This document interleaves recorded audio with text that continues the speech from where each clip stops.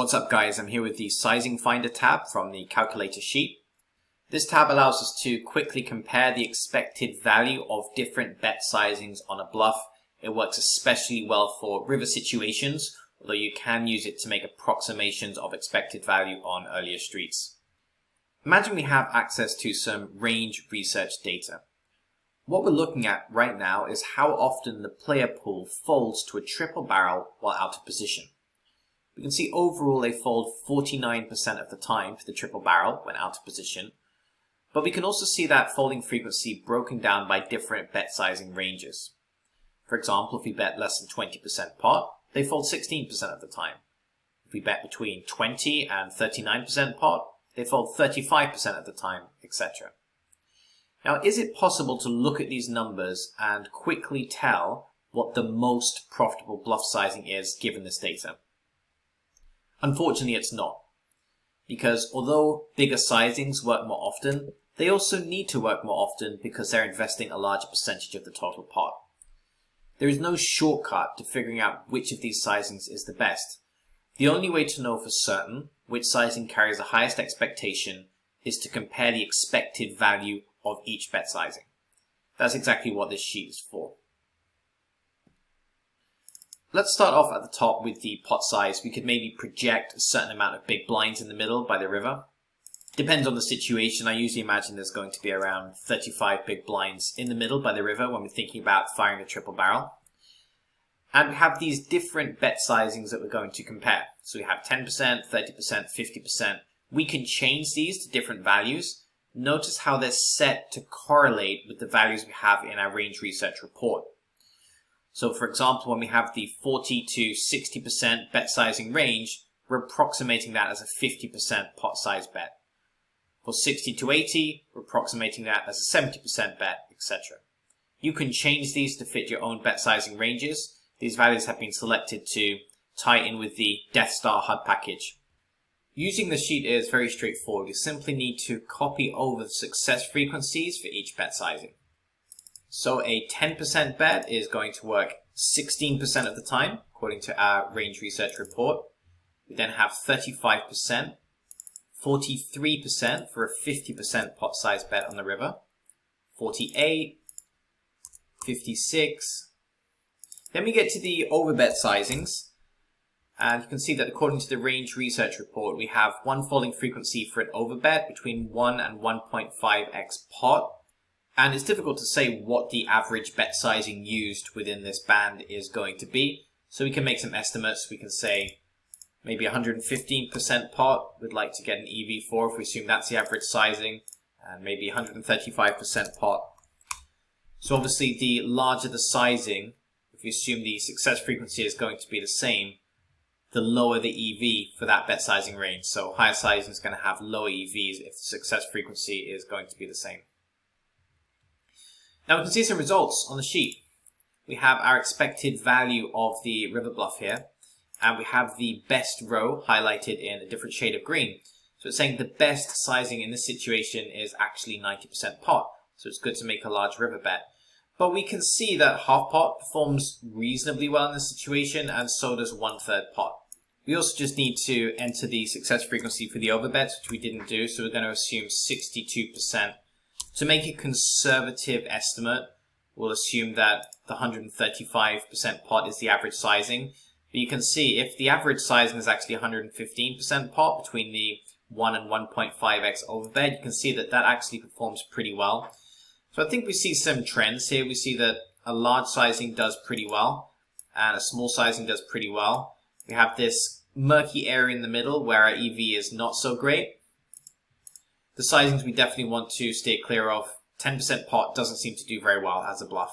It only has an EV of 2.7 big blinds. Interestingly, it's still plus EV. You could still bluff river for 10% pot, and if it worked 16% of the time, you're still making money with that. But the winner, if we assume that the average bet sizing here is 115%, is 6.4. If we make a more conservative estimate, if we put it in the middle of that bet sizing range, we can see that it's actually not the favorite, and 90% pot is the favorite here.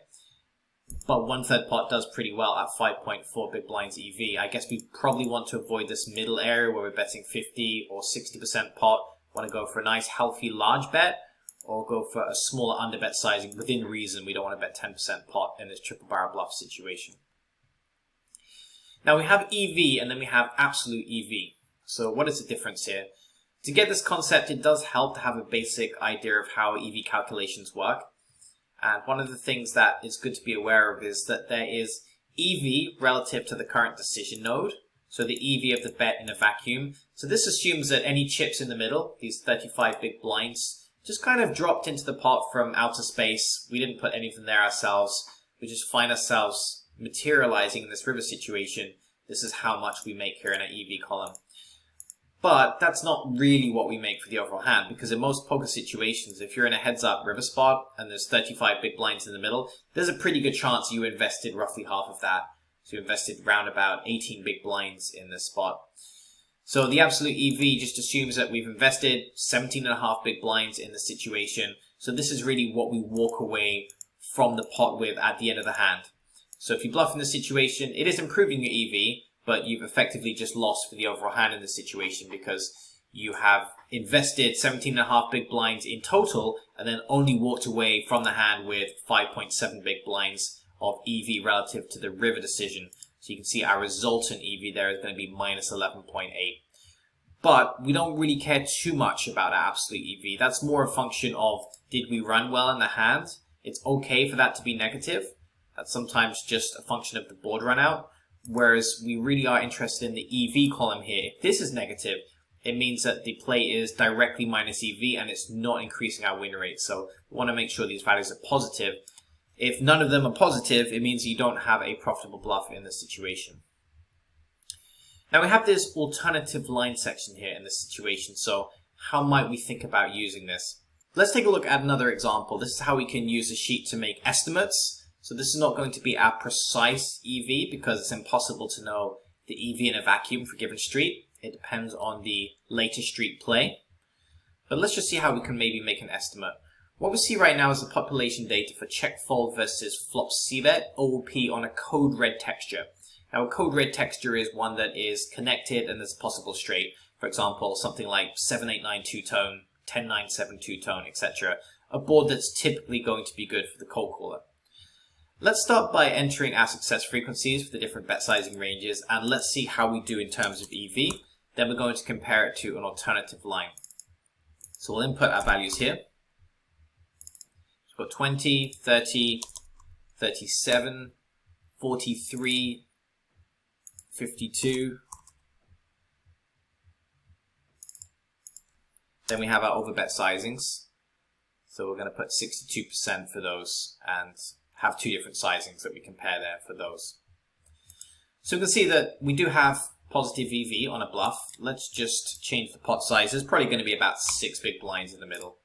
So you can see we're making a fraction of a big blind every time we see bet in this situation.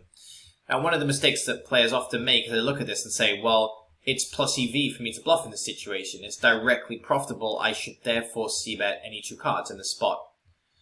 But before we do that, we want to think about the expectation of alternate lines because the goal of a good poker player is not simply to take plus EV lines, but it's to find the max EV line in every spot. So you might think, well, what is the expectation of firing a delayed c-bet on the turn? Well, that depends how often we get to fire a delayed c-bet on the turn to begin with. If we just take a look at the full range research report, we're interested in how often our opponent pro-bets the turn, which is how often does he lead the turn. If we assume for a minute that we check back the flop instead of c-bet, how often is he going to fire the turn? He's going to pro-bet the turn 45% of the time.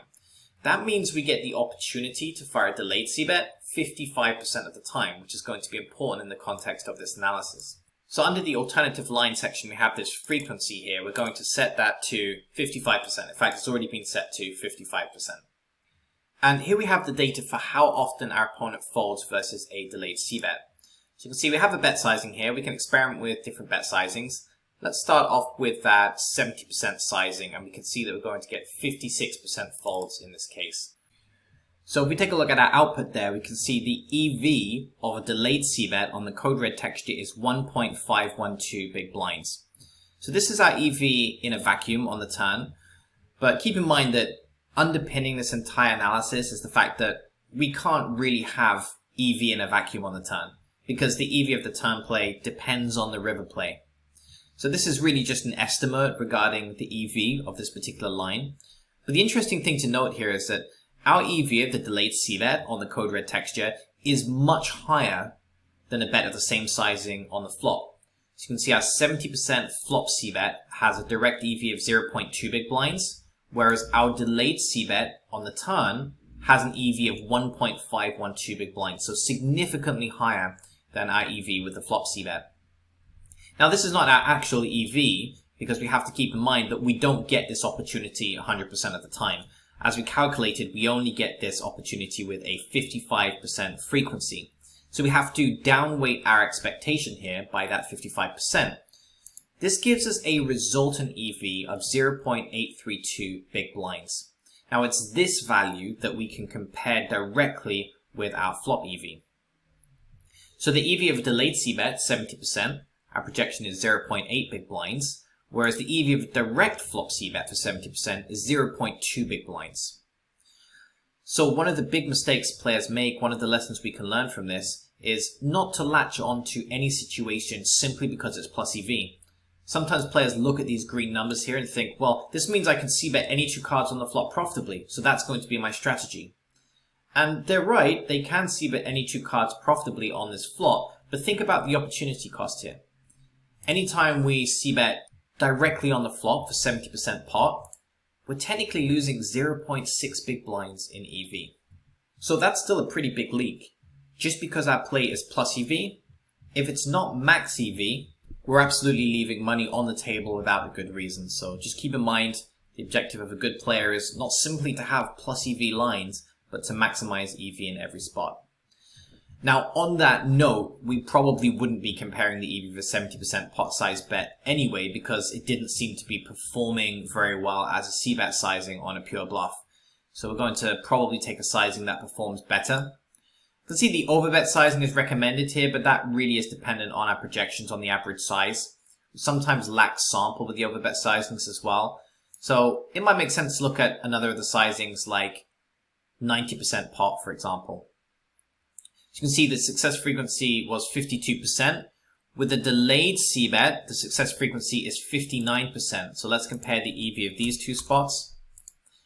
Let's go straight to our resultant EV, which is a huge one big blind on the delayed c-bet. And remember, this is factoring in that we only get this opportunity 55% of the time. The direct EV is 1.8 big blinds, whereas the direct EV on the flop is 0.5. In other words, we are doubling our expectation here by going for a delayed c-bet as opposed to going for a direct flop c-bet. So hopefully you get an idea of how this sheet can be used, ideally in conjunction with a range research report, although you could of course input your own values. You don't have to have a range research report. But if you want to figure out the best sizings against the player pool, it makes sense to use this particular tab in conjunction with a range research report. You can essentially apply this methodology to any area of the game where we have bet sizing data and optimize our sizing in every spot. Just keep in mind that the flop and turn sims will essentially be a projection, whereas the river data will be completely accurate. It will actually be an EV that's not going to change because there's no future action after river play. Okay, that's it for the Sizing Finder tab. Thanks for watching, guys. Remember, you can pick up your copy of the calculator sheet at www.pokerweasel.com.